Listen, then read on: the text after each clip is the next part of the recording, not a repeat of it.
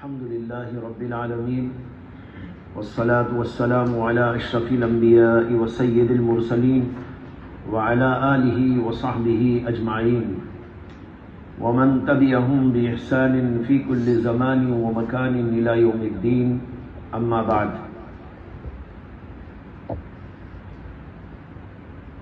گزشتہ باب میں باب امور الایمان ہم نے ایک حدیث پڑھی تھی جو سیدنا ابو ہریرہ رضی اللہ عنہ سے مروی ہے.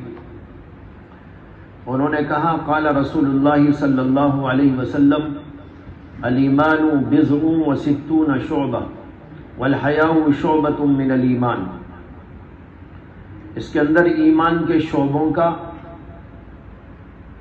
ایمان کے اجزاء کا بیان ہے.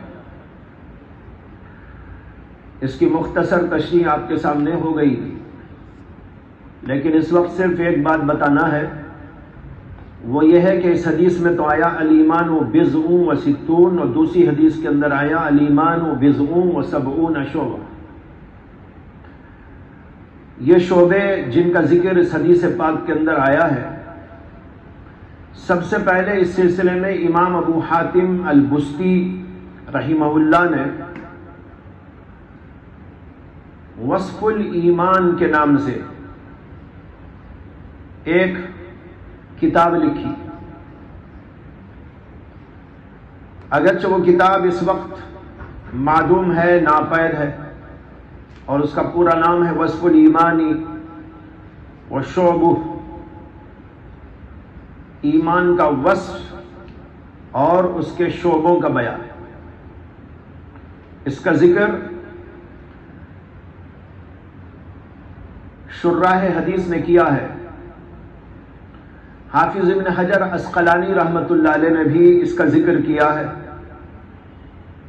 اور فتح الباری کے اندر انہوں نے بتایا کہ امام ابو حاتم ابن حبان نے فرمایا ہے کہ میں اس حدیث کو پڑھنے کے بعد ان شعبوں کے تتبع میں لگ گیا.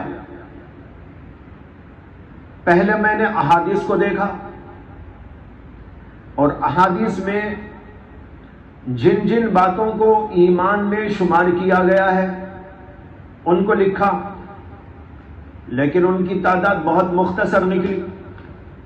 پھر قرآن کریم کی طرف رجوع کیا، اور قرآن کریم میں جن جن چیزوں کو ایمان قرار دیا گیا ہے، ایمان کہا گیا ہے، میں نے ان کو بھی نوٹ کیا،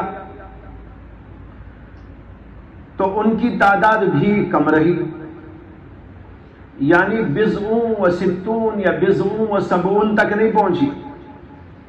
حدیث کی الگ گنتی کیا، وہ بھی کم تھی اس تعداد سے، اور قرآن کریم میں جو امور آئے تھے ایمانیات سے متعلق ان کو شمار کیا تو وہ بھی کم رہے. کہتے ہیں پھر میں نے قرآن و حدیث دونوں میں آئے ہوئے امور ایمان کو جوڑا اور مکررات کو حذف کر دیا، تو ان کی تعداد اسی کے موافق نظر آئی. یعنی جو ہے 60 سے اوپر یا 70 سے اوپر شعبے. امام ابو حاتم نے جو طرز عمل اختیار کیا تھا اس حدیث کی تشریح میں، اس کو اکثر علماء نے سراہا ہے، اور اس طرز کو بہت عمدہ قرار دیا ہے. اس کے اندر انہوں نے ایمان کے شعبوں کی تفصیل بیان کی ہے. انہوں نے جو کچھ اس کے اندر بیان کیا ہے اس کا حاصل یہ ہے کہ اعمال 3 قسم کے ہوتے ہیں. ایک اعمال متعلقہ بالقلب، دوسرے اعمال متعلقہ باللسان، اور تیسرے اعمال متعلقہ بالبدن. ان سب کو ملا کر انہوں نے تفصیلات بیان کی ہیں اور وہ شعبے بیان کیے ہیں جن کا اوپر ذکر کیا گیا. علامہ شیخ الاسلام شبیر احمد عثمانی رحمۃ اللہ علیہ اس سلسلے میں یوں فرماتے ہیں کہ امام ابن حبان نے جو شعبے بیان کیے ہیں انہوں نے قرآن کریم اور احادیث سے تتبع کر کے ان کو نکالا ہے، لیکن میرا خیال یہ ہے کہ انہوں نے جو ہے قرآن اور حدیث میں سے صرف صراحتاً جو چیزیں آئی ہیں ان کو لیا ہے۔ حضرت کہتے ہیں کہ میں نے قرآن کا تتبع کیا اور تلاش و جستجو کے دائرے کو ذرا وسعت دی، تو امام ابن حبان نے فقط ان چیزوں کو شمار کیا جن پر صراحتاً لفظ ایمان استعمال کیا گیا۔ کہتے ہیں کہ میں نے ان کو بھی شمار کر لیا جن پر ایمان کا لفظ صراحتاً تو نہیں کہا گیا لیکن وہ وصف ایمان کا تقاضا تھے، میں نے ان کو بھی شمار کر لیا۔ کہتے ہیں اس طرح اولاً جب میں نے تتبع کیا تو 70 کے قریب یہ شعبے نکل آئے۔ کہتے ہیں پھر میں نے غور کیا تو خیال ہوا کہ قرآن میں بعض شعبے ایسے بھی ہیں کہ اصل کے اعتبار سے دو کو ملا کر ایک شمار کیا جا سکتا ہے، اور اپنی جگہ وہ دو مستقل شعبے بھی شمار کیے جا سکتے ہیں۔ ایسے بھی کچھ امور تھے، ان کو بھی میں نے شمار کیا۔ اس کی انہوں نے دو مثالیں دی۔ ایک مثال مامورات کے اندر سے اور ایک مثال منہیات کے اندر سے۔ مامورات کے اندر انہوں نے مثال دی انفاق فی سبیل اللہ، کہتے ہیں یہ ایمان کا شعبہ ہے، اور قرآن میں جگہ جگہ اس کا تذکرہ ہے۔ کہتے ہیں وہ زکوٰۃ بھی انفاق فی سبیل اللہ ہی کا ایک فرد ہے۔ زکوٰۃ بھی کیا ہے؟ انفاق فی سبیل اللہ، اللہ کے راستے میں خرچ کرنا، اسی کا ایک شعبہ ہے۔ لیکن زکوٰۃ اتنا اہم شعبہ ہے کہ شریعت نے اس کو ایک مستقل شعبہ قرار دیا، انفاق فی سبیل اللہ کی ایک فرد نہیں قرار دیا۔ اگرچہ وہ فرد ہے لیکن اس انداز سے قرآن نے اس کو بیان کیا ہے کہ گویا یہ ایمان کا ایک مستقل شعبہ ہے۔ اسی اب چاہے تو آپ انفاق فی سبیل اللہ کو شمار کر کر زکوٰۃ کو اس کے اندر داخل کر دیجیے، اور اگر چاہیں تو انفاق فی سبیل اللہ کو ایک شعبہ اور زکوٰۃ کو ایک الگ شعبہ قرار دیجیے تو کچھ تعداد بڑھ جائے گی۔ کہتے ہیں ایک تو یہ مثال۔ دوسری مثال ہے منہیات کے اندر سے۔ کہتے ہیں جیسے حدیثوں میں اجتناب من الزور، اس کو ایمان کا شعبہ قرار دیا گیا ہے، یعنی جھوٹ سے بچنا، اجتناب من الزور، اور جھوٹی شہادت سے اجتناب اسی کا ایک فرد ہے۔ کسی کے حق میں جھوٹی گواہی دینا وہ بھی تو جھوٹی کی ایک قسم ہے نا، جھوٹی شہادت جھوٹ بولنا ہی ہے۔ حضرت کہتے ہیں لیکن شریعت نے اس کو ایک الگ درجہ دیا، اس سے کہ اس کی اہمیت کے پیش نظر کہ یہ بہت ہی بری چیز ہے، اس کی برائی اور قباحت اور شناعت کو بیان کرنے کے لیے اسے الگ سے بھی ذکر فرمایا گیا۔ اس لیے اگر ہم چاہیں تو اس کو اجتناب من الزور کی ایک قسم قرار دے کر اس میں داخل اور ضمناً اس کو اس میں شمار کر سکتے ہیں، اور اگر چاہیں تو یہ دو الگ الگ شعبے بھی قرار دے سکتے ہیں، ایک اجتناب من الزور، ایک شہادت زور، تو اس طرح کچھ تعداد بڑھ سکتی ہے۔ حضرت نے ایک لطیف بات یہاں پر فرمائی کہ اسی سے یہ اندازہ ہوتا ہے کہ ایک حدیث کے اندر 60 شعبہ اور ایک کے اندر 70 شعبہ جو آیا ہے، اس کی وجہ یہ ہو سکتی ہے کہ اس طرح شمار کرے تو بڑھ جائے، اس طرح شمار کرے تو گھٹ جائے۔ یہ بہت لطیف بات ہے، اس کو یاد رکھنے کی ضرورت ہے۔ یہ حضرت مولانا شبیر احمد عثمانی رحمۃ اللہ علیہ کی تحقیق ہے۔ اس سلسلے میں اور بھی کتابیں لکھی گئی ہیں۔ ایک تو سب سے پہلی وہ کتاب ہے جو معدوم ہے، آج کل ملتی نہیں، جس کا نام میں نے ذکر کیا، وصف الایمان و شعب۔ اس سلسلے میں اور ایک کتاب ہے، اس کا نام ہے المنہاج فی شعب الایمان۔ اس کے مصنف ہیں امام حسین ابن حسن ابن حلیم البخاری الجرجانی. ان کی کنیت ابو عبداللہ تھی، حلیمی کے لقب سے یاد کیے جاتے ہیں. ان کی وفات 403 میں ہوئی ہے. یہ کتاب ملتی ہے. نیز امام ابو بکر احمد ابن الحسین البیہقی، انہوں نے اس سلسلے میں بہت جامع ترین کتاب لکھی ہے جس کا نام ہے شعب الایمان. یہ سب سے زیادہ معروف ترین کتاب ہے شعب الایمان پر. جگہ جگہ آپ نے حوالے پڑھے ہوں گے، امام بیہقی کی کتاب شعب الایمان. پھر امام عمر بن عبد الرحمن ابو القاسم الکرخی رحمہ اللہ نے اس کا اختصار کیا ہے، اور ان کی وفات 699 میں ہوئی ہے. اور انہوں نے اس کا نام رکھا مختصر شعب الایمان. اس کتاب پر موجودہ دور کے محقق شیخ عبد القادر الارناؤت نے تحقیق لکھی ہے، دارالقلم سے شائع ہو چکی ہے. نیز اس سلسلے میں امام ابو محمد عبد الجلیل ابن موسیٰ الانصاری، انہوں نے بھی کتاب لکھی ہے اور ان کی کتاب کا نام بھی شعب الایمان ہے. اس کتاب کا ذکر امام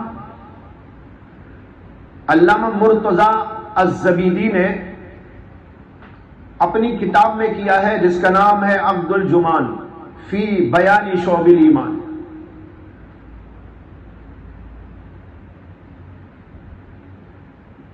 یہ امام مرتضیٰ زبیدی کی کتاب بہت ہی مختصر چند وقت پر مشتمل ہے، یعنی 5-6 اوراق پر، جس کے اندر بس خلاصہ آیا ہے ان ساری کتابوں کا. وہ خلاصہ صرف اتنا ہے کہ شعب الایمان جو ہے اس میں سے کچھ وہ ہیں جن کا تعلق زبان سے ہے، کچھ شعبے وہ ہیں جن کا تعلق دل سے ہے، کچھ شعبے وہ ہیں جن کا تعلق اعضاء و جوارح سے ہے. پھر ان کی تفصیل لکھ دی. اس طرح چند اوراق کے اندر یہ مختصر سا رسالہ انہوں نے لکھا، اور اسی کے اندر اس کا بھی ذکر کیا ہے کہ ابو محمد عبد الجلیل انہوں نے بھی ایک کتاب شعب الایمان کے نام سے لکھی ہے.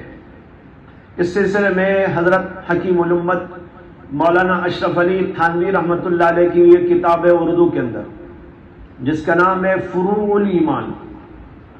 فروع الایمان ملتی ہے، پڑھنے کے قابل کتاب ہے، گھروں میں بھی پڑھنا چاہیے.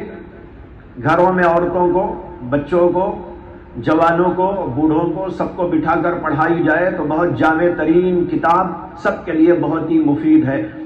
اس کے اندر بھی حضرت نے یہی تقسیم فرمائی ہے کہ کچھ اعمال وہ ہیں جن کا تعلق دل سے ہے، کچھ اعمال وہ ہیں جن کا تعلق زبان سے ہے، کچھ اعمال وہ ہیں جن کا تعلق اعضاء و جوارح سے ہے. پھر ان کی تفصیلات بیان کی ہے، اور پھر ہر ایک کے بارے میں حدیثوں کو نقل کر کر مختصر تشریح کر دی ہے.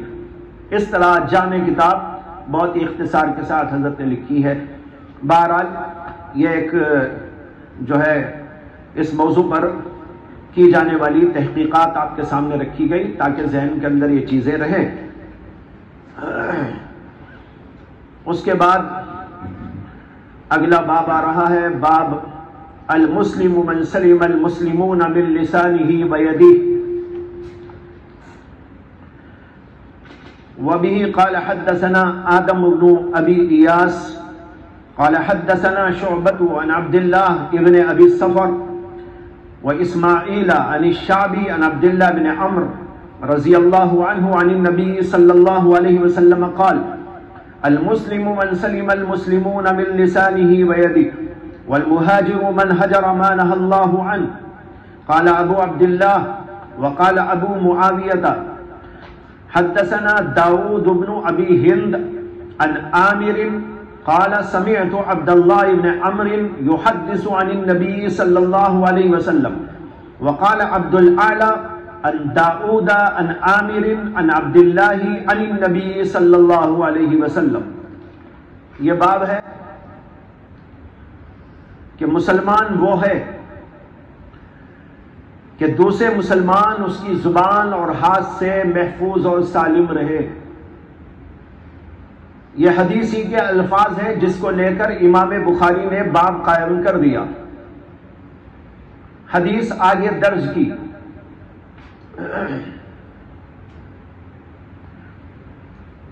اوپر کے باب اور اس باب میں مناسبت یوں ہے کہ امام بخاری نے اوپر باب قائم کیا تھا باب امور الایمان، اور اس سے پہلے بھی باب آیا تھا جس کے اندر بتایا تھا کہ ایمان قول و عمل کا نام ہے، اور پھر اس کے اندر حدیث درج کی تھی کہ رسول اللہ صلی اللہ علیہ وسلم نے فرمایا بنی الاسلام علی خمس. لیکن ان دونوں بابوں سے یہ بات سمجھ میں آئی کہ ایمان کے اندر یہ داخل ہے کہ یہ کام کیے جائیں، نماز پڑھی جائے، روزہ رکھا جائے، زکوٰۃ دی جائے، حج کیا جائے. اسی طریقے پر آیتوں کو جو پیش کیا لیس البر ان تولوا، اسی طرح قد افلح المؤمنون، ان سے بات سمجھ میں آئی. یہاں پر ایک سوال پیدا ہوا کہ اگر کوئی آدمی یہ سب کام کرے لیکن گناہ بھی کر لے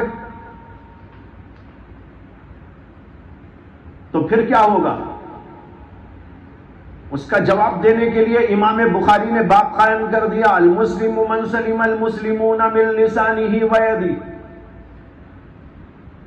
ارے بھائی یہ بھی سمجھو کہ مسلمان صرف یہ کر ہی نہیں لیتا بلکہ کچھ چیزوں سے بچا بھی کرتا ہے. گناہوں سے بچنا ہے، معصیتوں سے بچنا ہے، تبھی تو اس کا ایمان کامل ہوتا ہے، تبھی تو اس کا ایمان کہلانے کے لائق ہوتا ہے. اگر ایک آدمی نماز پڑھ رہا ہے لیکن دوسروں کو تکلیف بھی پہنچا رہا ہے، ایک آدمی ذکر، تہجد، وظائف کی بڑی پابندی کر رہا ہے لیکن اسی کے ساتھ ساتھ الٹی سیدھی حرکتیں بھی کر رہا ہے، نہ آنکھوں کو برائی سے بچاتا ہے، نہ زبان کو بچاتا ہے، نہ ہاتھ پیر کو بچاتا ہے، تو پھر یہ کیا مسلمان ہوا؟ مسلمان کے اندر ان چیزوں کے ساتھ ساتھ یہ بھی ضروری ہے کہ وہ کسی کو تکلیف نہ پہنچائے، گناہوں سے بچے، گناہوں سے اپنے آپ کو روکے. یہ سب بھی اس کے لیے ضروری ہے. لہذا یہ باب دراصل اوپر سے پیدا ہونے والے شبہ کا جواب ہے. اس کے بعد یہ سمجھنا ہے کہ امام بخاری نے اس باب کو لا کر کیا سمجھایا. یہ تو مناسبت بیان کی. کیا سمجھایا؟ سمجھایا وہی جو اوپر سے سمجھاتے آئے ہیں. یہ سمجھا رہے ہیں کہ مرجئہ جو کہتے ہیں کہ ایمان کے ساتھ کوئی معصیت مضر نہیں، جس طریقے پر کفر کے ساتھ کوئی طاعت مفید نہیں، یہ بات ان کی غلط ہے.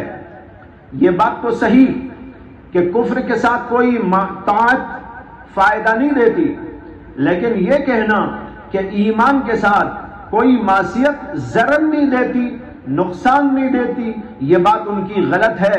اس لیے کہ اللہ کے نبی علیہ السلام نے تو مسلمان کی تعریف ہی کے اندر یہ فرما دیا ہے کہ مسلمان وہ ہوا کرتا ہے جو کسی کو تکلیف دے دیتا. تکلیف دینا معصیت ہے، تکلیف دینا گناہ ہے. چاہے زبان سے کسی کو تکلیف دے، چاہے ہاتھ پیر سے کسی کو تکلیف پہنچائے، جب یہ گناہ کا کام، اور اللہ کے نبی کہتے ہیں مسلمان وہ ہوتا ہے جو یہ گناہ نہیں کرتا، جو گناہ کرتا ہے اس کو کیا مسلمان ہے. تو بتایا کہ امام بخاری نے بتایا کہ یہ مرجئہ جو کہتے ہیں غلط ہے. مرجئہ کا نظریہ غلط ہے کہ معصیتوں سے کوئی نقصان نہیں، معصیتوں سے نقصان نہ ہوتا. اللہ کے نبی علیہ السلام یہ کیوں فرماتے ہیں کہ مسلمان کو بچنا چاہیے، مسلمان بچا کرتا ہے. یہ ہے امام بخاری رحمۃ اللہ علیہ کا مقصد. اب اس کے بعد حدیث پاک دیکھیے یہ حدیث حضرت عبداللہ بن عمرو بن عاص رضی اللہ عنہ سے مروی۔ انہوں نے کہا کہ رسول اکرم صلی اللہ علیہ وسلم نے فرمایا المسلم من سلم المسلمون من لسانہ ویدہ والمہاجر من ہجر ما نہى اللہ عنہ۔ دو جملے ہیں اس کے اندر۔ پہلا جملہ ہے المسلم، کہ مسلمان وہ ہوتا ہے، سلیم المسلمون، کہ سالم رہے، محفوظ رہے مسلمان، من لسانہ ویدہ، اس کی زبان سے اور اس کے ہاتھ سے۔ یہاں پر المسلم جو کہا گیا ہے، اس سے بظاہر ایسا لگتا ہے کہ مسلمان کی تعریف یہ ہے کہ مسلمان اس کو کہتے ہیں جس کے زبان اور جس کے ہاتھ سے دوسرے لوگ محفوظ رہیں، دوسرے مسلمانوں کو تکلیف نہ ہو۔ ایسے تو بہت سارے لوگ ہیں، وہ نماز بھی نہیں پڑھتے لیکن کسی کو تکلیف نہیں پہنچاتے، بلکہ بہت سے کافروں میں بھی ایسے ملتے ہیں جو اللہ کو نہیں مانتے، رسول کو نہیں مانتے، کتابوں کو نہیں مانتے، تقدیر کو نہیں مانتے، بلکہ پوجا کرتے ہیں بتوں کی، شرک کرتے ہیں، کفر کرتے ہیں، لیکن کسی کو تکلیف نہیں پہنچاتے۔ تو اب یہ تعریف ایسی ہے کہ اس تعریف کی وجہ سے ایسے سارے لوگ مسلمان کہلائیں گے۔ اس لیے کہ اس میں فرمایا گیا المسلم، مسلمان وہ ہوتا ہے جس کی زبان اور جس کے ہاتھ سے دوسرے مسلمان محفوظ رہیں۔ اب جس کے بھی ہاتھ اور جس کے بھی زبان سے مسلمانوں کو تکلیف نہیں پہنچتی، وہ کسی کو تکلیف نہیں پہنچاتا، وہ اس حدیث کی روشنی میں مسلمان ہو گیا، حالانکہ وہ ہو سکتا ہے کہ کافر ہو۔ یہ سوال ہے۔ اس سوال کا جواب یہ ہے کہ اس حدیث کے اندر تعریف نہیں ہے مسلمان کی، بلکہ مسلمان کی علامت کا ذکر ہے۔ اس کے اندر تعریف نہیں فرمائی گئی۔ تعریف الگ چیز ہے، علامت الگ ہے۔ تعریف تو وہ ہے جو اوپر آپ سن چکے ہیں، پڑھ چکے ہیں، احادیث کے اندر آیا ہے۔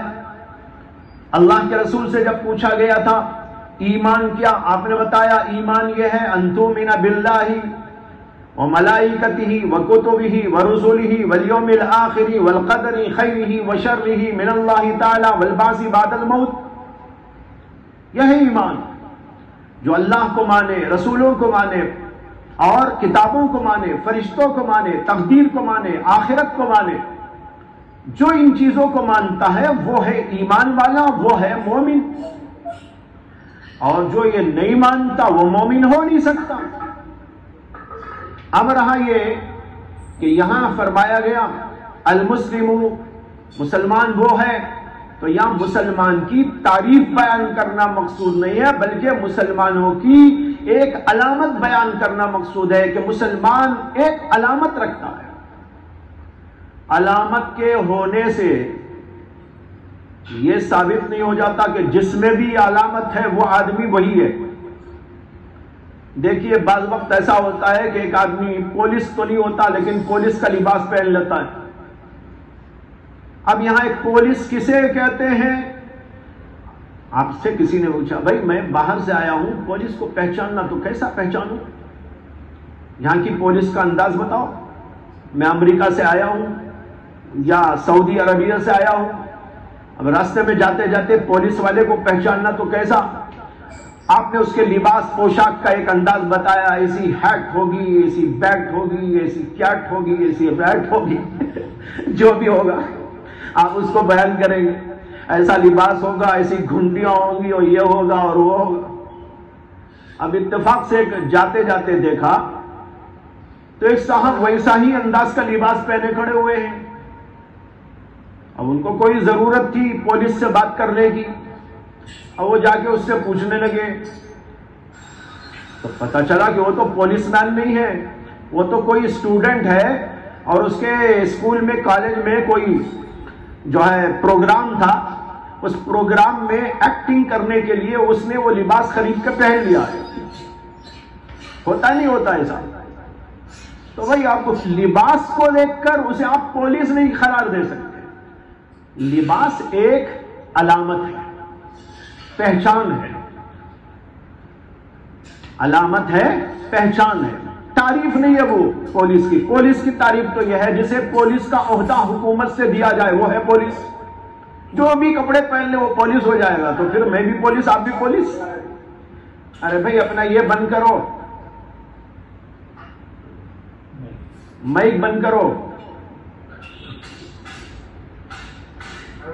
مرتضی صاحب آپ اپنا فون، یہ مائک بند کیجئے.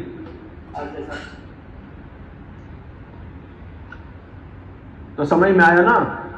تو دیکھو ایک ہے تعریف، ایک ہے پہچان کے لیے علامت. یہاں پر اللہ کے نبی علیہ السلام نے علامت بیان فرمائی ہے کہ مسلمان کی علامت یہ ہے کہ مسلمان وہ ہوتا ہے جس کی زبان اور جس کے ہاتھ سے دوسرے مسلمان محفوظ رہے.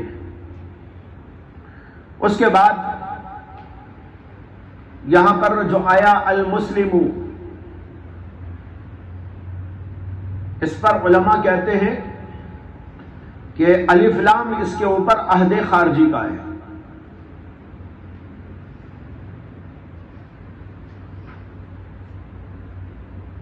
اور مراد ہے مسلم کامل، یعنی کامل مسلمان. اس لیے کہ آپ دیکھتے ہیں کہ بہت سارے مسلمان ہیں لیکن اس کے باوجود وہ لوگوں کو تکلیف پہنچاتے ہیں، اپنوں کو بھی پہنچاتے ہیں، غیروں کو بھی پہنچاتے ہیں. اور حدیث کہتی ہے مسلمان وہ ہوتا ہے جس کے ہاتھ اور پیر سے، جس کے ہاتھ اور زبان سے دوسرے لوگ محفوظ رہیں. تو معلوم ہوا کہ یہاں پر مطلق مسلمان مراد نہیں ہے، بلکہ مراد ہے وہ مسلمان جو کامل ہو. جو بھی کامل مسلمان ہوگا، جس کے اندر ایمان کمال کے درجے کو پہنچا ہوا ہوگا، وہ کسی کو تکلیف نہیں پہنچائے گا، نہ اپنوں کو نہ غیروں کو. اور انسان تو انسان، وہ کسی جانور کو بھی تکلیف نہیں پہنچاتا. جانور کو تکلیف پہنچانا بھی اس کے لیے دشوار ہے. چاہے جائے کہ وہ کسی انسان کو تکلیف پہنچا دے، چاہے وہ مسلمان ہو، کوئی رشتہ دار ہو یا کوئی دوسرا ہو، حتیٰ کہ کوئی غیر مسلم کیوں نہ ہو، وہ کسی کو تکلیف نہیں پہنچاتا. یہ ہے مسلمان. لیکن یہ کون مسلمان ہوتا ہے؟ جو کامل مسلمان ہوتا ہے.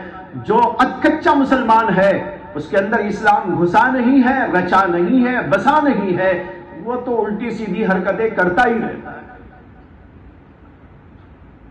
بیشتر علماء نے یہاں پر یہی بات کہی کہ المسلم میں جو الف لام ہے یہ عہد خارجی کا ہے، اور اشارہ ہے عہد خارجی سے اس مسلمان کی طرف جو کامل ہو. لیکن علامہ انور شاہ کشمیری رحمت اللہ علیہ نے ایک بہت گہری بات فرمائی. انہوں نے کہا کہ اگر ہم یہاں یہ مراد لیتے ہیں تو کلام کا زور ٹوٹ جاتا ہے. اگر یہاں عہد خارجی کا الف لام لیتے ہیں تو کلام کا جو زور ہوتا ہے وہ زور ٹوٹ جاتا ہے. اللہ کے نبی کہہ رہے ہیں مسلمان وہ ہوتا ہے جس سے دوسروں کو تکلیف نہ پہنچے، جس سے دوسرے کے سالم رہے. اب آپ اس میں کہیں کہ بھئی مراد وہ ہے ہر ایک نہیں، تو کلام کے اندر اتنی قوت نہیں رہتی. اور سننے والا کہے گا کہ بھئی یہ جو حضور نے فرمایا ہے تو بڑے بڑے بزرگوں کا کام ہے، میرا کام نہیں. یہ تو شیخ جنید بغدادی کا اور معین الدین چشتی کا، شیخ عبد القادر جیلانی کا، یا اس کے بعد کے لوگوں میں سے جو بڑے بڑے ہوتے ہیں نا ان کا یہ ہے. ہم لوگ تو ایسے نہیں، ہم تو کسی کو بھی جو ہے کوئی لات بھی مار دیں، کوئی کچھ بھی کر دیں، یہ ہمارے لیے نہیں کہا گیا ہے. حضرت کہتے ہیں کہ یہ تصور جو اس سے ابھرتا ہے اس سے کلام کا زور ہی ٹوٹ جاتا ہے. اللہ کے نبی تو یہ کہہ رہے ہیں مسلمان یہ ہوتا ہے، اور آپ کے مسلمان کامل جو ہوتا وہ ایسا ہوتا ہے. بات سمجھ میں آ رہی نا؟ حضرت نے فرمایا کہ اس لیے میرے نزدیک یہاں پر الف لام جنس ماننا چاہیے. الف لام جنسی، یعنی جنس مسلم یہ ہے، مسلمان کی جنس یا مسلمان کی ذات وہ ہوتی ہے جو کسی کو تکلیف نہیں پہنچاتی.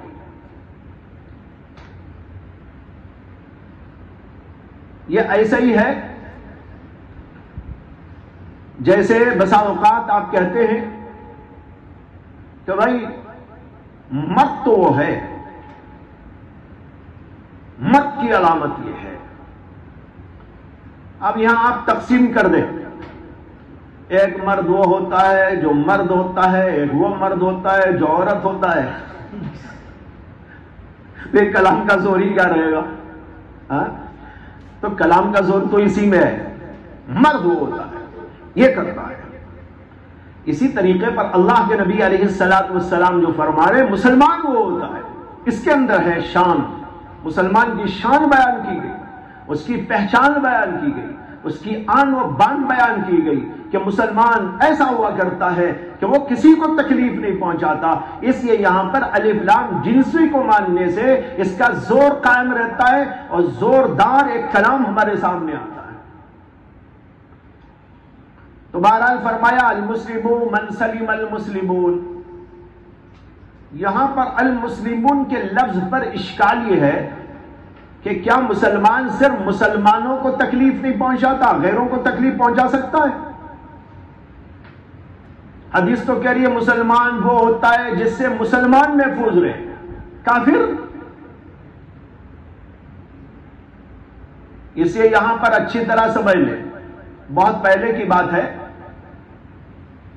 حضرت مولانا شاہ ابرار الحق صاحب نور اللہ مرقدہ تشریف لائے تھے اور ہماری مسجد بیدواڑی میں حضرت کا روزانہ فجر کے بعد مختصر اور عصر کے بعد مغرب تک بیان ہوتا ہے. تقریباً 22 دنوں تک یہ سلسلہ ایک زمانے میں جاری رہا جب حضرت یہاں طبیعت کی خرابی کی وجہ سے علاج کے لیے تشریف لائے ہوئے. اور معمول یہ تھا مسجد کے اندر وہاں کہ مدرسے کے طلبہ ایک حدیث، اس کا ترجمہ اور ایک مسئلہ اور کچھ چیزیں جیسے یہاں بھی بیان کرتے تھے مدرسے میں، وہاں بھی یہ سلسلہ وہیں سے شروع کیا گیا. تو ایک دن ایک طالب علم نے یہی حدیث پڑھی المسلم من سلم المسلمون من لسانه ويده، اور ترجمہ کیا مسلمان وہ ہے جس کے ہاتھ اور زبان سے دوسرے مسلمان محفوظ رہیں. اور حضرت نے سنا. اس کے بعد جب بیان شروع کیا تو فرمایا کہ اس طالب علم نے جو حدیث پڑھی اور اس کا جو ترجمہ کیا، ترجمہ تو صحیح ہے لیکن اس کے اندر ایک بین القوسین بات ہونی چاہیے. ایک بین القوسین بات ہونی چاہیے اور یوں کہنا چاہیے مسلمان وہ ہے جس سے بالخصوص مسلمان اور بالعموم سب لوگ محفوظ رہتے ہیں. یہ بالخصوص کی بات ہو رہی ہے، بالعموم بھی ہے اس کے اندر، مطلب کسی کو بھی تکلیف نہیں پہنچاتا، بالخصوص مسلمانوں کو تکلیف نہیں پہنچاتا. تو بات یہ ہے کہ یہاں پر جو قید لگائی گئی ہے اس کا مطلب یہ ہے کہ خاص طور پر وہ مسلمانوں کو تکلیف نہیں پہنچاتا، لیکن عام حالت ہر مسلمان کی یہ ہے اور ہونی چاہیے کہ وہ کسی کو بھی تکلیف نہیں پہنچاتا. پھر حضرت نے فرمایا، اور یہ فتح الباری وغیرہ کے اندر بھی موجود ہے، کہ مسلمون کی قید یہاں پر اس لیے ہے کہ مسلمان کا زیادہ تر تعلق اٹھنا بیٹھنا رہنا سہنا کھانا پینا معاملات خود مسلمانوں سے ہوتے ہیں. مسلمان سے زیادہ ملتا ہے، تعلقات اس سے زیادہ ہوتے ہیں، گھر میں بھی سب اپنے اپنے لوگ ہوتے ہیں، اسی طرح مسجد میں جاتے ہیں تو سب اپنے ہوتے ہیں، کاروباری دنیا میں بھی زیادہ تر مسلمان سے ملتے رہتے ہیں. تو حضرت نے فرمایا اور دوسرے محدثین نے شراح حدیث نے لکھا ہے کہ اس لیے یہ قید یہاں پر لگائی گئی کہ مسلمان جب مسلمانوں سے روزانہ بلکہ ہم وقت ملتا جلتا رہتا ہے پھر بھی وہ ان کو تکلیف نہیں پہنچاتا، تو جن سے کبھی کبھی ملاقات ہوتی ہے ان کو کیا تکلیف پہنچاتا؟ حضرت نے اس دن اسی پر بیان کیا اور یہ تفصیل بیان فرمائی۔ تو مطلب یہ ہوا کہ مسلمان کسی کو بھی تکلیف نہیں پہنچاتا، لیکن مسلمان کا ذکر اس لیے کیا کہ مسلمان کا مسلمان سے اٹھنا بیٹھنا اور تعلق زیادہ ہوتا ہے، اس لیے کسی کو بھی تکلیف نہیں پہنچاتا۔ علماء نے اس کی تشریح کے اندر لکھا ہے کہ مسلمان بہرحال مسلمان کو کیا تکلیف پہنچائے، وہ کسی کو بھی تکلیف نہیں پہنچاتا۔ البتہ غیر مسلم دو قسم کے ہوتے ہیں، ایک وہ جن کو ذمی کہا جاتا ہے۔ ذمی وہ ہیں جو اسلامی حکومت کے ماتحت رہتے ہیں ٹیکس دے کر، ان کا حکم بعین ہی مسلمانوں کا حکم ہے تمام معاملات میں، ان کی جان محفوظ، ان کا مال محفوظ، ان کو تکلیف دینا جائز نہیں، کسی طور پر ان کو نقصان پہنچانے کی اجازت نہیں۔ اس لیے ذمی غیر جو ہیں وہ بھی اسی حکم میں شامل ہیں۔ دوسرے وہ غیر مسلم ہیں جو ذمی نہیں ہیں بلکہ دارالحرب کے رہنے والے۔ دارالحرب کے غیر مسلمین بھی دو قسم کے ہیں، ایک وہ ہیں جن سے مسلمانوں کی مصالحت ہو گئی کہ بھئی ہمارے درمیان میں مصالحت ہے، ہم ایک دوسرے کو ٹچ نہیں کریں گے، ایک دوسرے کو کچھ آزار نہیں پہنچائیں گے، ان اصولوں پر، ان باتوں پر ہماری اور آپ کی صلح ہے۔ تو جب صلح ہو جائے گی تو صلح ہونے کے بعد بھی ان کی جان و مان محفوظ، وہی حکم ہے جو مسلمانوں کا ہے۔ دوسرے وہ ہیں جو حربی کافر کہلاتے ہیں، یعنی جو مسلمانوں کو تکلیف پہنچانے کے در پہ رہتے ہیں، موقع ملے تکلیف پہنچا دیں، موقع ملے مار ڈالیں، موقع ملے تو کچھ کر ڈالیں۔ تو جو ایسے لوگ ہوتے ہیں ان کو اگر جواباً کارروائی کرتے ہوئے تکلیف پہنچا دے تو وہ جواباً کارروائی درست ہے، اس لیے کہ وہ تو ایک دفاعی سبیل ہے، یہ ایک انتقامی بات ہے۔ اس لیے یاد رکھنا چاہیے کہ اس حدیث پاک کے اندر ایک تو ذمی بھی داخل ہے مسلمانوں کے ساتھ، اور ایک وہ غیر مسلم بھی اس کے اندر داخل ہے جو حربی ہونے کے باوجود، یعنی دارالحرب کا ہونے کے باوجود ان سے ہماری مصالحت ہو گئی۔ اس کے بعد جو فرمایا گیا من لسانہ و یدہ، اچھا اور ایک بات یہ بھی سمجھ لیجئے کہ مسلمان اور غیر مسلم سب اس میں داخل، اور صرف اتنے ہی نہیں بلکہ جانور بھی اس میں داخل ہے۔ مسلمان تو جانوروں کو بھی تکلیف نہیں پہنچاتا، احادیث کے اندر بھی اس کا ذکر آتا ہے۔ اللہ کے نبی علیہ السلام نے ارشاد فرمایا، ایک عورت تھی جس نے بلی کو پال رکھا تھا لیکن وہ جہنم میں گئی، کیوں؟ اس لیے کہ وہ بلی پر ظلم کرتی تھی، اسے کھانا نہیں دیتی، بھوکا رکھتی تھی۔ تو دیکھو بلی کو پال کر اس کو تکلیف اور نقصان دینے پر بتایا گیا کہ وہ جہنم میں جا رہی ہے۔ یہ بھی حدیث میں آتا ہے کہ اللہ کے رسول علیہ السلام کے سامنے ایک عورت کا تذکرہ کیا گیا جس عورت نے کہ بلی پال رکھی ہے لیکن اسے کھانا نہیں دیتی۔ ایک اور عورت کا ذکر کیا گیا، نہیں اسی عورت کا ذکر کرتے ہوئے یہ کہا گیا کہ وہ رات بھر تہجد پڑھتی ہے اور دن بھر روزہ رکھتی ہے لیکن اس نے بلی کو پال رکھا ہے لیکن اسے اذیت دیتی ہے۔ اللہ کے رسول صلی اللہ علیہ وسلم فرمایا ہی فی النار، وہ دوزخ میں جانے والی۔ تو معلوم ہوا جانوروں کو بھی تکلیف نہیں دینا ہے، کوئی سا بھی جانور ہوگا۔ ہاں وہ جانور اس سے مستثنا ہیں جو موذی کہلاتے ہیں، جیسے سانپ ہے، بچھو ہے اور اس طرح کے موذی جانور جو انسانوں کو تکلیف پہنچاتے رہتے ہیں، ایسے جانوروں کو قتل کر دینے، مار دینے کی اجازت ہے۔ باقی جو جانور تکلیف نہیں پہنچاتے، خواہ مخواہ ان کو چھیڑنا اور ان کو تکلیف پہنچانا، یہ بات جائز نہیں۔ جیسے بعض لوگ چلتے چلتے کتے کو مار دیتے ہیں، ٹانگ لگا دیتے ہیں یا پتھر پھینک دیتے ہیں، بلیوں کو ستاتے رہتے ہیں، یہ ساری باتیں غلط ہیں، ناجائز ہیں، اور شریعت کے اندر یہ آدمی جو ایسی باتیں کرتا ہے اس کو گناہ ہو۔ تو فرمایا المسلم من سلم المسلمون من لسانہ و یدہ، دو قیدیں لگائی، زبان سے اور ہاتھ سے تکلیف نہ پہنچاتا ہو۔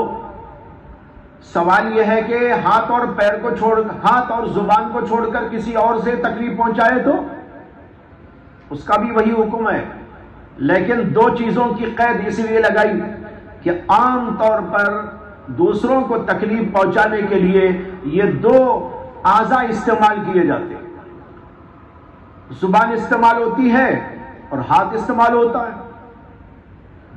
معاملہ اور آگے بڑھتا ہے تو پھر پیر بھی استعمال ہوتا ہے، پھر اور معاملہ آگے بڑھتا ہے تو لاٹھی بھی آ جاتی ہے، اور معاملہ آگے بڑھتا ہے تو پھر ہاتھا پائی ہونے لگتی ہے، لیکن سب سے پہلے تو یہی دو چیزیں استعمال ہوتی ہیں۔ لہذا ان دو کی قید لگا کر بتایا کہ جب مومن اور مسلمان کسی کو اپنی زبان سے بھی تکلیف نہیں پہنچاتا اور اپنے ہاتھوں سے بھی تکلیف نہیں پہنچاتا تو پھر وہ پیر سے کیسے پہنچا دے؟ وہ تو بدرجے والا نہیں پہنچائے۔ اور پھر اس میں زبان کو مقدم اور ید کو مؤخر کرنے کی وجہ یہ ہے کہ سب سے پہلے زبان ہی چلتی ہے، جس سے کچھ جھگڑا ہو جائے، کوئی بات ہو جائے، کچھ انبن ہو جائے، کچھ ناراضگی ہو جائے تو ایک دم ہاتھ نہیں اٹھتا، پہلے زبان چلتی ہے۔ زبان سے آدمی بڑبڑاتا ہے، غصے کا اظہار کرتا ہے، گالی بکتا ہے اور جو ہے لان تان کرتا ہے، پھر اس کے بعد ہاتھ اٹھتا ہے، پھر پیر اٹھتا ہے۔ اسی اللہ کے نبی علیہ السلام نے پہلے زبان کا اور پھر اس کے بعد ہاتھ کا ذکر فرمایا۔ پھر اس میں سوال یہ ہے کہ لسانہ و یدہ فرمایا۔ بعض روایتوں کے اندر یوں بھی آیا ہے من قولہ و فعلہ، علماء کہتے ہیں مراد تو یہی ہے، لیکن زبان کا ذکر اور ید کا ذکر اس لیے کیا کہ قول و فعل کا تعلق انہی اعضاء سے ہے۔ قول کا تعلق زبان سے ہے، فعل کا تعلق ہاتھ سے ہے، اس سے ان کا ذکر فرمایا۔ اور اس کے ذکر کرنے میں ایک حکمت یہ بھی سمجھ میں آتی ہے کہ زبان سے بول کر ہی تکلیف نہیں پہنچائی جاتی، بلکہ کبھی ایسا ہوتا ہے کہ نہ بول کر بھی تکلیف پہنچاتے ہیں، ہے نا؟ بولنے کی جگہ نہ بولو، تکلیف ہوگی۔ آپ سے پوچھا گیا بھائی کیا ہے مسئلہ، کیا ہوا تھا، آپ خاموش، کچھ نہیں بولتے، تکلیف ہوگی کہ نہ ہوگی؟ بولنے کی جگہ بولنا چاہیے، نہ بولنے کی جگہ نہ بولنا چاہیے۔ اگر بولنے کی جگہ کوئی نہیں بولتا، خاموشی اختیار کرتا ہے، وہ خاموش زبان بھی انسان کو تکلیف پہنچاتی ہے۔ اور پھر دوسری بات یہ بھی ہے کہ نہ بول کر کچھ زبان کو حرکت دے کر بھی دوسروں کو تکلیف پہنچائی جا سکتی ہے۔ جیسے بعض لوگ چڑھا دیتے ہیں، زبان نکال کے ہلا دیتے ہیں، یا کچھ اور انداز سے منہ بنا دیتے ہیں، تو بولا تو کچھ نہیں، لیکن اس طرح منہ کی حرکتوں سے بھی تکلیف ہوتی ہے۔ اسی اللہ کے رسول علیہ السلام نے زبان کا ذکر فرما دیا اور بتایا زبان چاہے بول کر آپ تکلیف پہنچائیں یا نہ بول کر تکلیف پہنچائیں، یا یہ کہ کوئی اور انداز اختیار کر کے تکلیف پہنچائیں، یہ سب چیزیں غلط ہے اور مسلمان ان سب چیزوں سے بچتا ہے۔ اور ہاتھ کا ذکر فرمایا اسے کہ ہاتھ سے بہت سارے اذیت ناک کام ہو جاتے ہیں، مار دھاڑ وغیرہ وغیرہ۔ اور اسی کے ساتھ ہاتھ کے ذکر میں یہ بھی فائدہ ہے کہ جس طرح مار دھاڑ سے انسان ہاتھ کو استعمال کر کے تکلیف پہنچاتا ہے، اسی طریقے پر لکھ کر بھی تکلیف پہنچاتا ہے۔ کسی کے بارے میں کچھ لکھ ڈالا، میسج کر کے پھیلا ڈالا، تکلیف ہوئی کہ نہ ہوئی؟ یہ بھی اس کے لیے تکلیف ہے۔ تو اس لیے یہ ان ساری چیزوں کو مشتمل ہے، ساری چیزوں کو جامع ہے۔ اور آگے فرمایا وَالْمُهَاجِرُ مَنْ هَجَرَ مَا نَهَى اللَّهُ عَنْهُ، اور مہاجر وہ ہے جو ان چیزوں کو چھوڑ دے جن سے اللہ نے منع کیا ہے۔ ہجرت کے معنی چھوڑنے کے ہیں، اور ہجرت دو قسم کی ہوتی ہے، ایک ہجرت ظاہرہ اور ایک ہجرت باطنہ. اور بعض علماء نے یوں بھی تعبیر فرمایا ہے کہ ایک ہجرت ظاہرہ اور ایک ہجرت حقیقیہ. ہجرت ظاہرہ تو یہ ہے کہ اپنے دین کے تحفظ کے لیے آدمی اپنے ملک یا اپنے علاقے کو چھوڑ کر دوسرے ملک اور دوسرے علاقے کو چلا جائے. یہ ہے ظاہری ہجرت. اس کا مقصد ہوتا ہے اپنے دین کا تحفظ، اس لیے کہ جس جگہ پر ہے یا جس ملک میں ہے وہاں پر دین پر چلنے میں کچھ آسانی نہ ہو، پریشانی ہو، اور ایسی حرکات انجام دینا پڑتا ہو جو اسلام کے خلاف ہو، کچھ معصیتوں کا ارتکاب کر جانا پڑتا ہو. وہاں پر اپنے دین کے تحفظ کے لیے، اپنے اسلام کو بچانے کے لیے آدمی راہ فرار اختیار کرے اور دوسرے ملک میں جا کے پناہ گزین ہو جائے تاکہ اپنے دین پر، ایمان پر وہ برقرار رہے. یہ ہے ہجرت ظاہرہ. اور ایک ہے ہجرت باطنہ، یا یوں کہیے کہ ہجرت حقیقی، اور وہ یہ ہے کہ آدمی گناہ کو چھوڑ دے. تمام ظاہری اور باطنی گناہ کے چھوڑنے کا نام ہجرت، اور یہی اصلی ہجرت ہے. اس لیے کہ ہجرت کے معنی جو چھوڑنے کے ہیں اس میں سب سے پہلے تو یہی ہے کہ وہ کفر کو چھوڑو، معصیتوں کو چھوڑو، بدعات کو چھوڑو، گمراہیوں کو چھوڑو، ظاہری گمراہیوں کو، باطنی گمراہیوں کو، ظاہری معصیتوں کو، باطنی معصیتوں کو، تمام قسم کی بری باتوں کو چھوڑ دو. اس لیے کہ ایک آدمی ہجرت کر کے اپنا وطن چھوڑ کر دوسرے وطن کو جو جاتا ہے اس کا کیا مقصد؟ اس کا مقصد یہی تو ہے نا کہ دین پر چلے آدمی، گناہ سے بچے. تو معلوم ہوا گناہ سے بچنا ہی اصل ہے، ملک چھوڑ کر جانا اصل نہیں ہے. ملک چھوڑ کر جانے کی وجہ ہی یہ ہے کہ آدمی دین پر قائم رہے، استقامت کے ساتھ میں باقی رہے، اور دین کے تمام اعمال پر، عبادات پر پختگی کے ساتھ عمل پیرا رہے، معصیتوں سے بچتا رہے. تو معلوم ہوا کہ اصل تو یہی ہے. اس لیے جہاں بھی رہے آدمی وہ ہجرت کرے، یعنی گناہوں کو چھوڑے. لہذا آدمی گناہوں کو چھوڑے گا تو اس کا مطلب یہ ہے کہ وہ مہاجر ہو گیا. چاہے وطن چھوڑ کے نہ گیا ہو، ملک چھوڑ کے نہ گیا ہو، اپنے ہی وطن میں، اپنے ہی گھر میں موجود، لیکن آنکھوں کی حفاظت کرتا ہے، زبان کی حفاظت کرتا ہے، کانوں کی حفاظت کرتا ہے، دل کی حفاظت کرتا ہے، تمام معصیتوں سے ظاہری باطنی اپنے آپ کو بچاتا ہے. یہ آدمی اصلی مہاجر ہے. المہاجر، یہاں بھی وہی تعبیرات ہیں. جمہور کہتے ہیں المہاجر الف لام حد خارجی، اور مطلب ہے المہاجر الکامل، کامل مہاجر، اصلی مہاجر. وہ نہیں ہے جو وطن چھوڑ کے تو چلا گیا لیکن دین پر جمع نہیں. اصلی مہاجر وہ ہے من ہجر ما نہى اللہ عنہ، جو ان تمام گناہوں کو، معصیتوں کو چھوڑ دے جن سے اللہ نے منع کر رکھا ہے. تو تمام گناہوں کو چھوڑ دینے والا ہی دراصل اصلی مہاجر. جمہور نے یہاں پر الف لام کو عہد خارجی مان کر مہاجر سے مراد مہاجر کامل لیا. علامہ انور شاہ کشمیری وہی بات یہاں بھی کہتے ہیں کہ الف لام کو جنسی مانو اور یہ کہو جنس مہاجر وہ ہوتا ہے جس کا یہ انداز زندگی کہ وہ اپنے رب کو راضی کرنے کے لیے تمام گناہوں کو چھوڑ دیتا ہے، ظاہری اور باطنی. اس کو کہتے ہیں مہاجر. اس کے اندر زور کلام ہے، جیسے کہ اوپر میں نے بتا دیا آپ کو.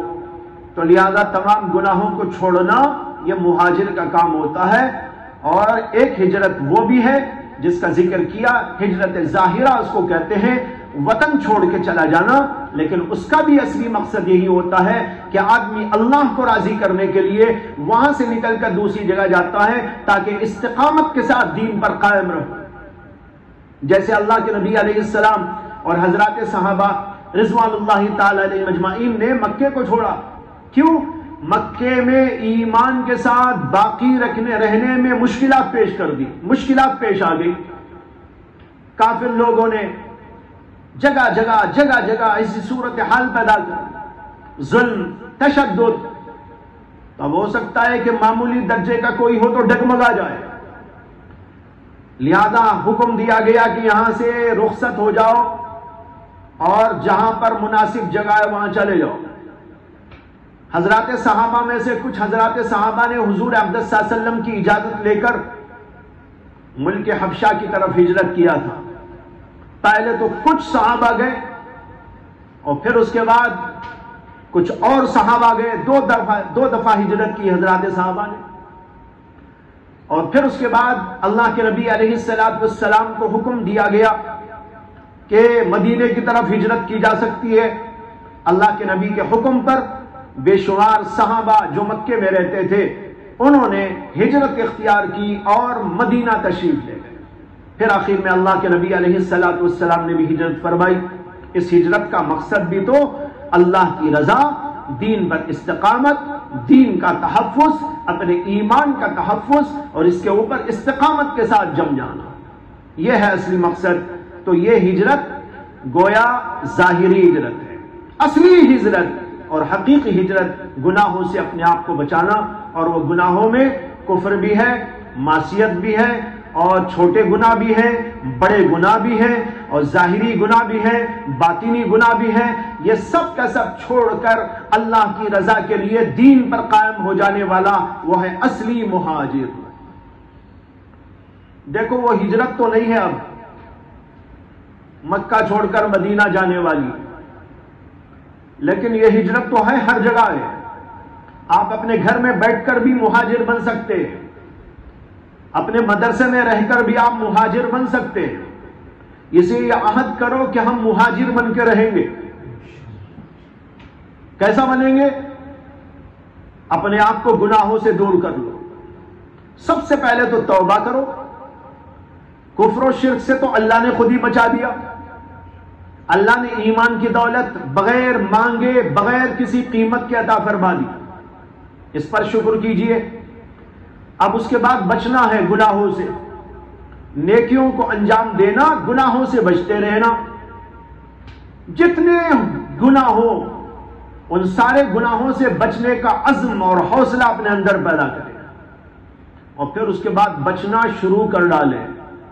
پہلے تو نماز توبہ پڑھیں. اب تک جو ہوا ہو اللہ سے خوب گڑ گڑا کر رو رو کر معافی مانگے.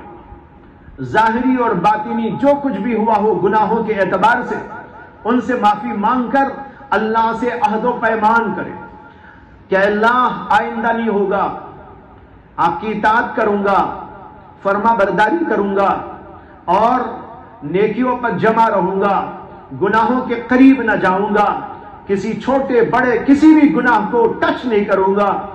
عہد کریں اللہ تعالیٰ سے. یہ ہو گئی توبہ.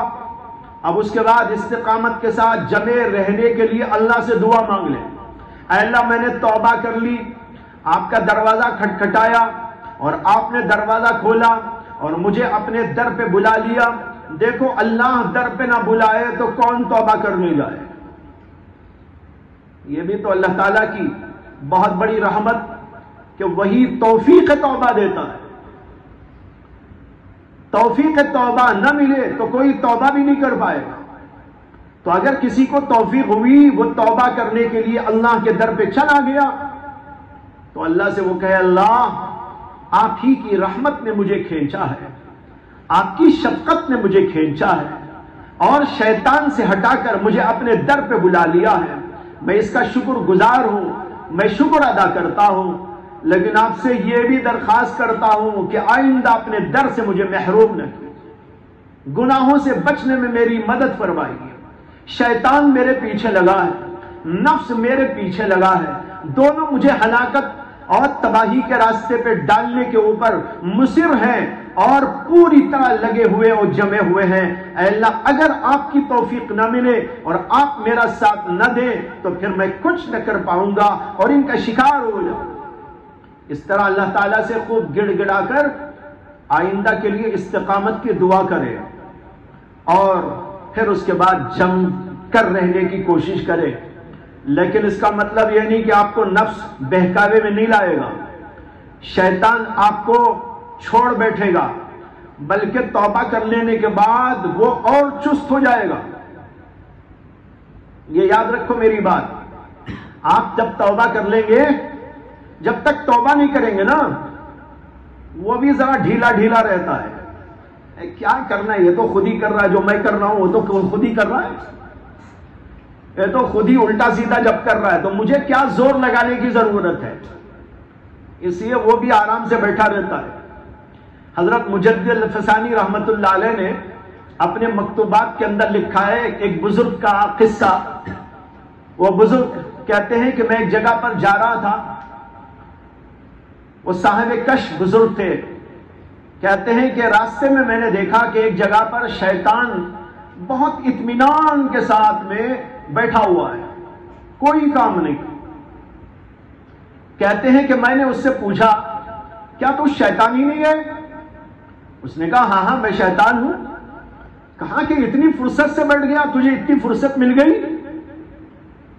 تیرا تو بہت زبردست کام ہے، ساری دنیا کو بہکانے کا، کافر بنانے کا، مشرک بنانے کا، معصیتوں میں مبتلا کرنے کا. اتنا بڑا تیرا پروگرام اور اتنے اطمینان سے بیٹھا ہوا ہے. مجدد الفسانی اور بزرگ کا مقولہ لکھتے ہیں کہ شیطان نے جواب کے اندر کہا اب مجھے فرصت اس لیے مل گئی ہے کہ میرے بہت ایجنٹ خود ہی تیار ہو گئے، میرا کام وہ سنبھال لیے، اب وہی سب کچھ کرتے رہتے ہیں، میں آرام کرتا رہتا ہوں. اب یہ واقعہ کہاں تک سچا کہاں تک جھوٹا کی بحث میں نہ جائیے. ایک بزرگ کا مکاشفہ ہے، اولیاء اللہ کو مکاشفہ ہوتا ہے، ہو سکتا ہے کبھی غلطی بھی اس میں ہو جائے. مکاشفہ کوئی حجت شرعیہ تو نہیں ہے، لیکن جب تک کوئی دلیل اس کے رد کی ہمارے پاس موجود نہ ہو تو ہم ان بزرگ کو جھوٹا بولنے کی بھی ہمت تو نہیں کر سکتے نا. اسی اولیاء اللہ کے مکاشفات بیان کیے جاتے ہیں، اس کے اندر بھی عبرت خیز بات ہے. تو اس لیے جب خود ہی انسان گناہوں میں مبتلا رہتے ہیں تو وہ بیٹھا رہتا آرام سے. لیکن جب آپ توبہ کر کر استغفار کر کے تہجد کی پابندی شروع کر دیتے ہیں، ذکر اذکار میں لگ جاتے ہیں، تعلیم و تعلم کے میدان میں خوب جم کے کام میں لگ جاتے ہیں، پھر اسے بہت پریشانی پیدا ہو جاتی ہے کہ بھائی اس کو کیسا بہکاؤ، کیا کر کے بہکاؤ، کون سی ترکیب استعمال کروں. اب ترکیبوں پہ ترکیبیں استعمال کرتا ہے، آزماتا رہتا ہے کہ کس تدبیر سے اس کو ہٹا. تو اس لیے میں نے کہا جب آپ توبہ کر کر جم جائیں گے، یہ نہ سوچئے کہ شیطان خاموش بیٹھ جائے گا، بلکہ وہ اور زیادہ چست ہو جائے گا. جب اور چست ہو جائے گا تو آپ کو کیا سست ہونا ہے اور مزید چست ہونا ہے. جی ہاں، اتنی بات ضرور ہے، یہ بھی سن لو، کہیں آپ ہمت ہار دیں یہ سن کر کہ ہم چست ہو گئے تو وہ بھی چست ہو جاتا ہے، پھر کیا ہوگا یہ کہ جب آپ اللہ سے لو لگا کر تعلق قائم کر کے جمنے کی کوشش کریں گے، وہ بہکانے کی کوشش کرے گا، وہ ناکام ہوگا اور کامیاب آپ ہوں گے. اس لیے کہ مدد خداوندی آتی رہے گی، آپ اللہ کی پناہ میں جائیں گے. جب اللہ آپ کو اپنی پناہ میں لے لے گا، شیطان ناکام ہو جائے گا، کرے گا کوشش، کرے گا محنت، کرے گا تدبیریں، لیکن ناکام ہوتا جائے گا. اس لیے مایوس نہ ہو، بلکہ آپ یہ سمجھے کہ اس موقع پر اللہ کے نزدیک میرا مقام بڑھ جاتا ہے جب میں اللہ سے رجوع کر کے اس کی طرف چلتا ہوں. اور شیطان مجھے بہکانے کی کوششیں کرتا ہے، لیکن میں بہکنے کے بجائے اللہ کے قریب ہوتا جاتا رہتا ہوں. اللہ کے ہاں درجات کے اندر اضافہ در اضافہ ہوتا جاتا ہے. بہرحال بھائی، یہ ہے بننے کی کوشش کرنا. والمہاجر من ہجر ما نہى اللہ عنہ. اللہ نے جن جن چیزوں سے منع کر رکھا ان تمام چیزوں سے بچنا اور اس کو چھوڑ دینا، یہ ہے اصلی مہاجر کا کام. اس لیے ہم سب کو اصلی مہاجر بننے کی کوشش کرنا چاہیے۔ اس کے بعد ہے قال ابو عبداللہ،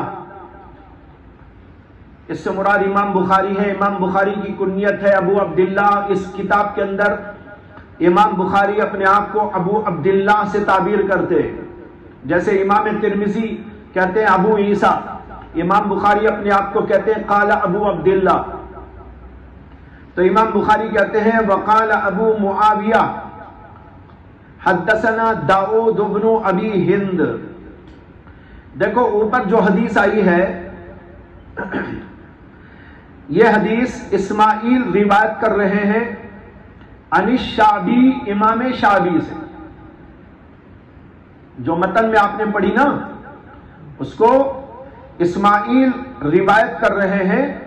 اسماعیل سے مراد ہے اسماعیل ابن ابی خالد، وہ روایت کر رہے ہیں امام شعبی رحمت اللہ علیہ سے، اور امام شعبی اس کو روایت کر رہے ہیں حضرت عبداللہ ابن عمرو ابن عاص سے۔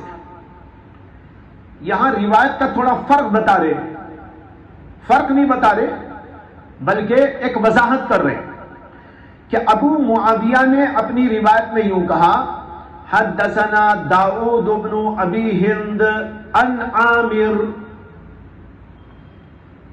اسماعیل کی جگہ داؤد ابن ابی ہند۔ یہ داؤد ابن ابی ہند اور اسماعیل ابن ابی خالد یہ دونوں کے دونوں شاگرد ہیں امام شعبی کے،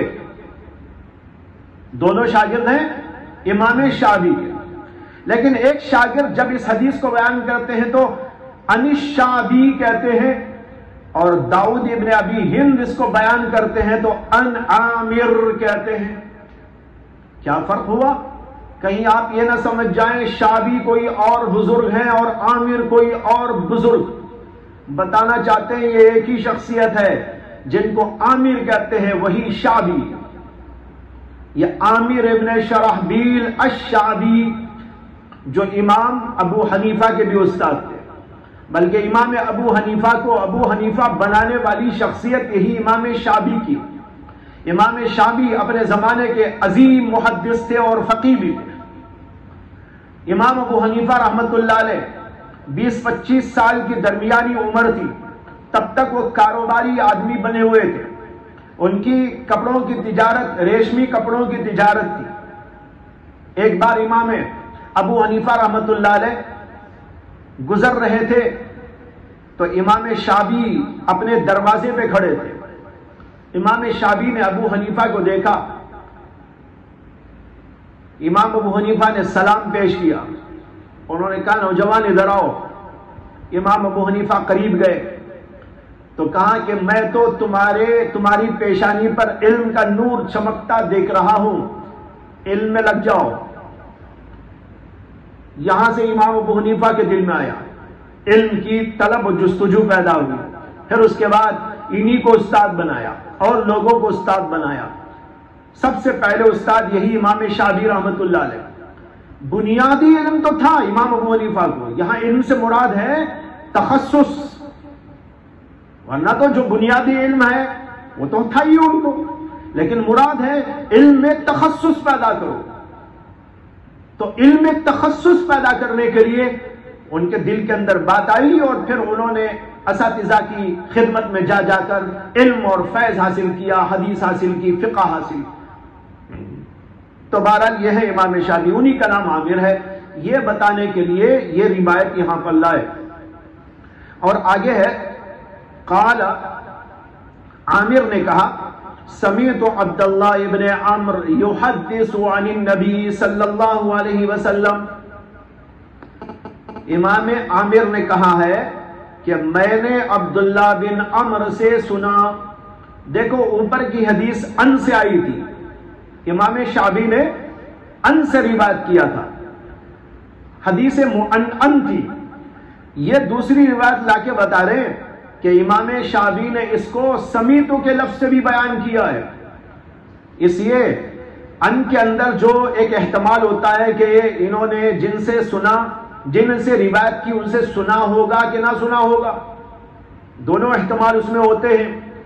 دوسری روایت لا کر بتا دیا کہ نہیں، انہوں نے انہی سے سنا ہے، لہذا بات پکی ہو گئی۔ اس کے بعد میں ہے وقال عبد الاعلی،